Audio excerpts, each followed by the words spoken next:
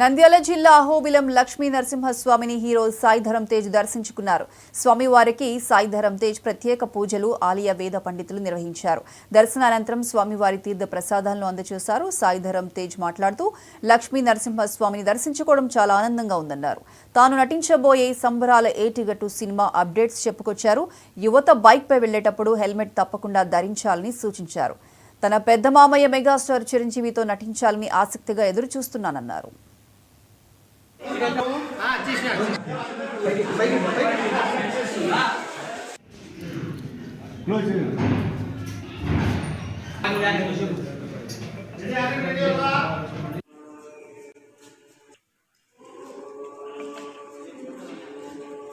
చూసుకోవడానికి వచ్చానండి. ఇంకేమీ లేదు, జస్ట్ ఆయన బ్లెస్సింగ్స్ తీసుకుందాం వచ్చాను. అది చాలా హాయిగా చాలా ఈజీగా అయిపోయింది.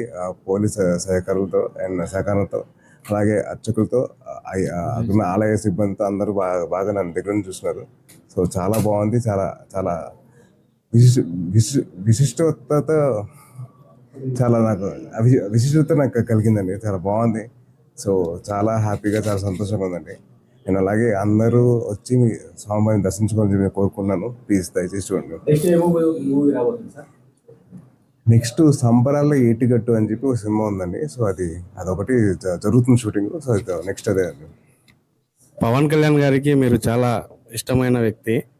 సో భవిష్యత్తులో ఆయనను అనుకరించి ఏమన్నా రాజకీయాల్లోకి వచ్చే అవకాశం ఏమన్నా ఉంటుందా? సార్, నేను ఈ క్షణంలో బతికే మనిషినండి. రేపు పొద్దున ఏం జరుగుతుంది నాకు అవసరం లేదు.